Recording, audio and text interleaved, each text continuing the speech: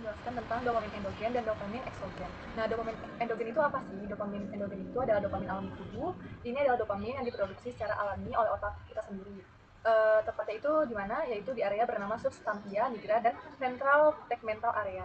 Fungsinya itu apa? Fungsinya itu ada dua, yaitu sistem rewards dan kontrol gerakan. Yaitu yang pertama, sistem rewards itu dapat membuat kita merasakan senang, kemudian motivasi dan rasa puas.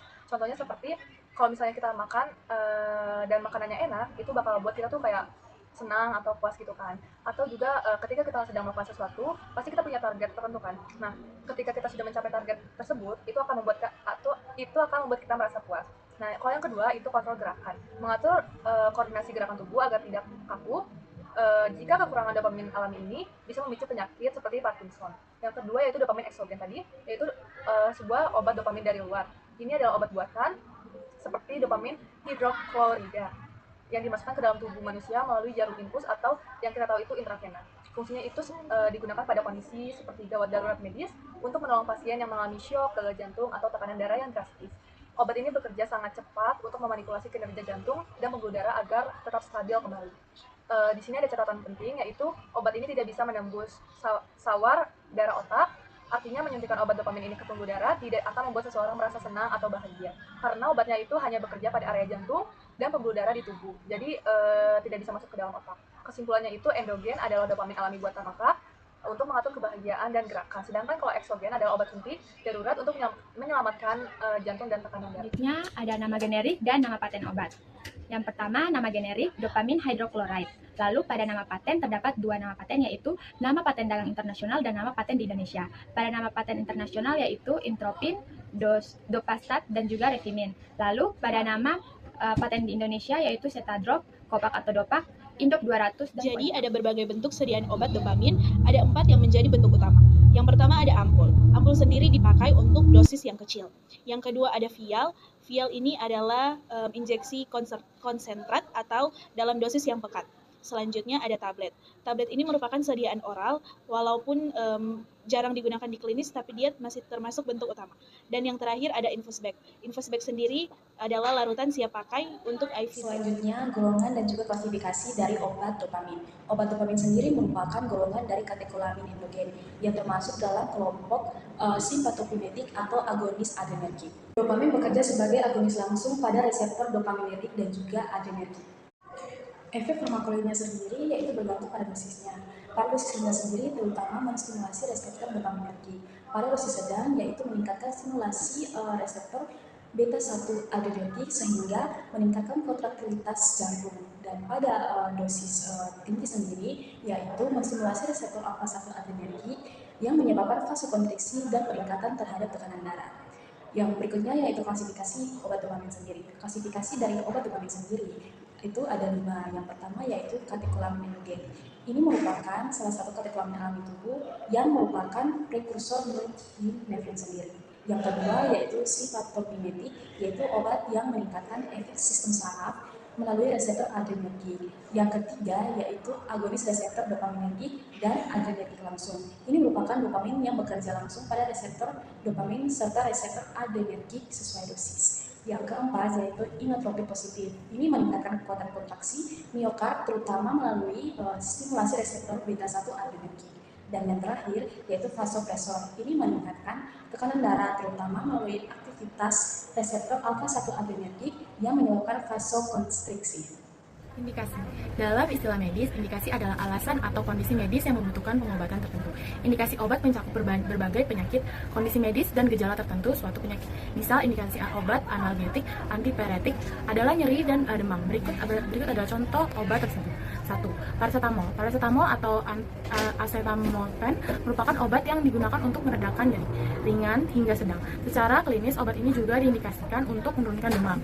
Indikasi untuk umumnya paracetamol adalah termasuk sakit kepala, nyeri yang diakibatkan sakit gigi, nyeri otot, nyeri menstruasi, serta demam yang disebabkan oleh penyakit autoinfeksi.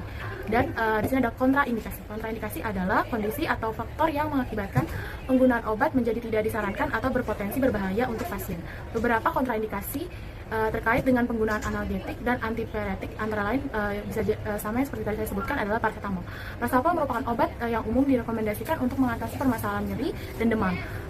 Paracetamol dianggap sebagai obat yang relatif aman, namun ada beberapa kontraindikasi yang perlu diperhatikan sebelum menggunakan obat, antara lain ada hipersensitivitas atau alergi. Yang kedua adalah gangguan hati seperti psikrosis atau kerusakan hati yang disebabkan penggunaan paracetamol dosis tinggi. Yang ketiga adalah gangguan ginjal. Meskipun paracetamol tidak bersifat toksik pada ginjal, namun penggunaan harus dihindari. Baik, berikut adalah efek samping dopamin terhadap sistem saraf. Dopamin adalah neurotransmitter dan hormon penting yang berperan dalam sistem reward, motivasi, fungsi motorik, dan regulasi kardiovaskuler. Dalam konteks klinik, dopamin eksogen atau sebagai otak sering digunakan untuk menangani shock kardiogenik atau hipotensi berat. Namun manipulasi kadar dopamin baik melalui administrasi medis maupun gangguan regulasi endogen dapat memicu berbagai efek samping signifikan pada sistem saraf pusat dan sistem saraf otonom. Efek samping yang pertama, gangguan motorik sistem ekstripimidal, di mana dopamin memegang peran kunci dalam jalur nigrostriatal yang mengatur pergerakan. Ketidakseimbangan kadar dopamin dapat menyebabkan yang pertama, dinesia dan tremor, yang kedua, sindrom neuroleptik malignan atau NMS, di mana penurunan drastis aktivitas dopaminergik akibat obat antipsikotik penghambat reseptor dan dapat memicu kondisi darurat medis lainnya. Efek samping yang kedua, efek neuropsikiatri dan kognitif dopamin, di mana efek samping ini menyebabkan yang pertama, psikosis dan halusinasi, di mana overstimulasi reseptor dopamin, khususnya D2, dapat memicu gejala psikotik termasuk halusinasi visual atau auditory dan delusi. Yang kedua, agitasi, ansietasi, dan insomnia, di mana efek ini menimbulkan status waspada secara berlebih, menyebabkan pasien mengalami kecemasan jaringan dan kegelisahan motorik, menyebabkan pasien kesulitan untuk tidur. Yang ketiga, gangguan kendali impuls. Stimulasi kronis pada sistem reward otak dapat memicu perilaku impulsif seperti pencurian patologis. Pada efek samping yang ketiga, yaitu disregulasi sistem saraf otonom atau SSO, di mana dopamin bertindak sebagai prekursor neuropinarfin dan merangsang reseptor adrenergik yang berdampak langsung pada kerja saraf otonom yang mengatur organ dalam, yaitu yang pertama, sakit kepala dan pusing, di mana terjadi akibat perubahan vaskularisasi dan tekanan darah yang dipengaruhi oleh stimulasi reseptor dopaminergic dan adrenergic. Yang kedua, mual dan muntah, di mana dopamin merangsang Tiger zone atau ZTZ di area otak, di luar sawar darah Apa otak. itu farmakodinamik dan apa itu farmakokinetik? Yang pertama, farmakodinamik. Farmakodinamik merupakan cabang ilmu farmakologi yang mempelajari efek obat terhadap tubuh serta mekanisme kerjanya. Dalam buku farmakologi berbahasa Indonesia, farmakodinamik dijelaskan sebagai proses interaksi obat dengan reseptor, enzim, atau sistem fisiologis sehingga menimbulkan respons tertentu pada tubuh.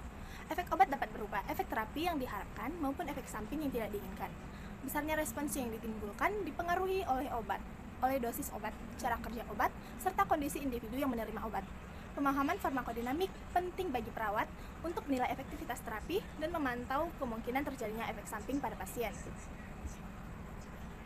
Selanjutnya yaitu farmakokinetik, merupakan cabang farmakologi yang mempelajari perjalanan obat di dalam tubuh sejak obat diberikan hingga dikeluarkan. Farmakokinetik mencakup 4 proses utama, yaitu absorpsi, distribusi, metabolisme, dan ekskresi.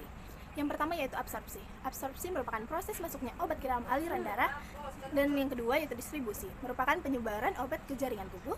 Yang ketiga metabolisme, yang merupakan proses perubahan obat terutama di hati. Sedangkan yang terakhir yaitu ekskresi adalah proses pengeluaran obat dari tubuh melalui ginjal atau organ lain. Dalam praktik keperawatan, pengetahuan tentang farmakokinetik membantu menentukan dosis, frekuensi, dan rute pemberian obat agar aman dan Selanjutnya kita akan masuk pada dosis dan cara penggunaan obat dopamin. Dopamin termasuk dalam golongan obat keras, maka dari itu penggunaan obat ini harus sesuai anjuran dan resep dokter. Dopamin digunakan untuk mengobati gatal jantung akut. Berikut adalah rumus perhitungan kecepatan infus dopamin.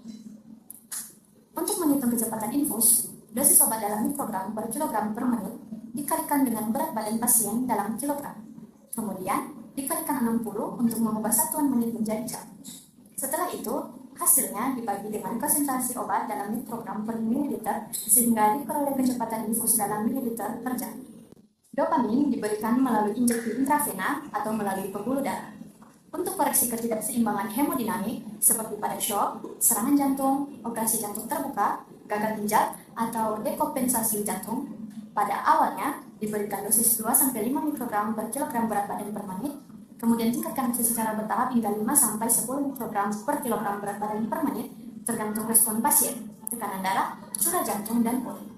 Untuk kasus yang parah, diperlukan dosis hingga 20-50 mikrogram per kilogram berat badan per menit. Pemberian dopamin yang melebihi dosis yang dianjurkan akan menimbulkan gejala seperti peningkatan tekanan darah berlebihan. Jika terjadi overdosis, segera kurangi dosis atau hentikan infus, dibantu oleh tenaga Yang medis. perlu diperhatikan perawat untuk pemberian obat ini yaitu yang pertama indikasi dan tujuan terapi, yaitu untuk meningkatkan kontraktilitas jantung dan tekanan darah pada shock kardiogenik, sepsis atau gagal jantung. Yang kedua yaitu pemeriksaan sebelum pemberian, yaitu monitor tanda vital, tekanan darah, nadi, dan respirasi serta suhu.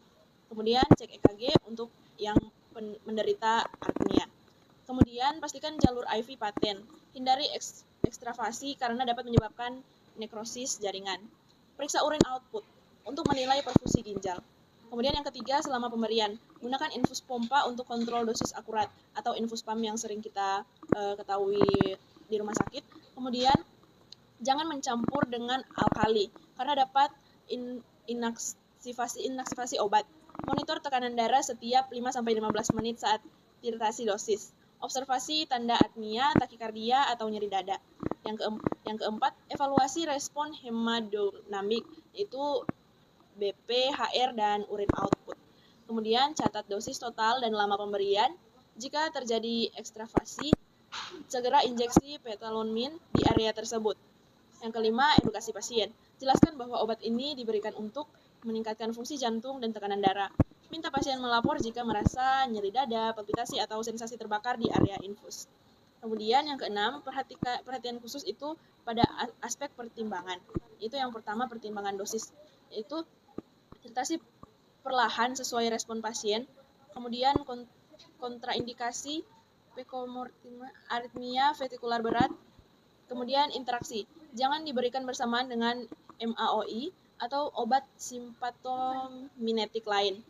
Efek samping utama yaitu takikardi, hipertensi, atmia, ekstravasasi. Ini saya akan menjelaskan tentang indeks keamanan kehamilan obat dopamin.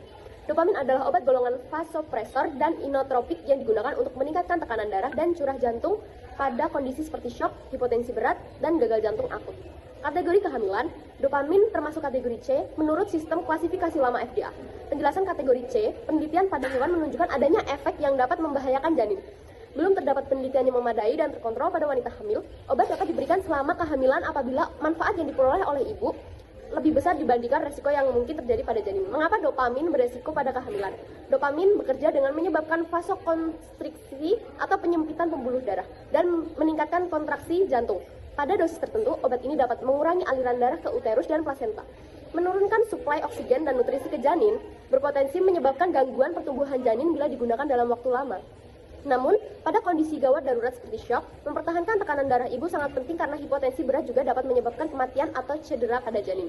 Pertimbangan klinis, dopamin hanya digunakan pada ibu hamil jika kondisi ibu mengancam jiwa, misalnya seperti shock septik atau shock kardiogenik. Tidak ada alternatif yang lebih aman atau lebih efektif.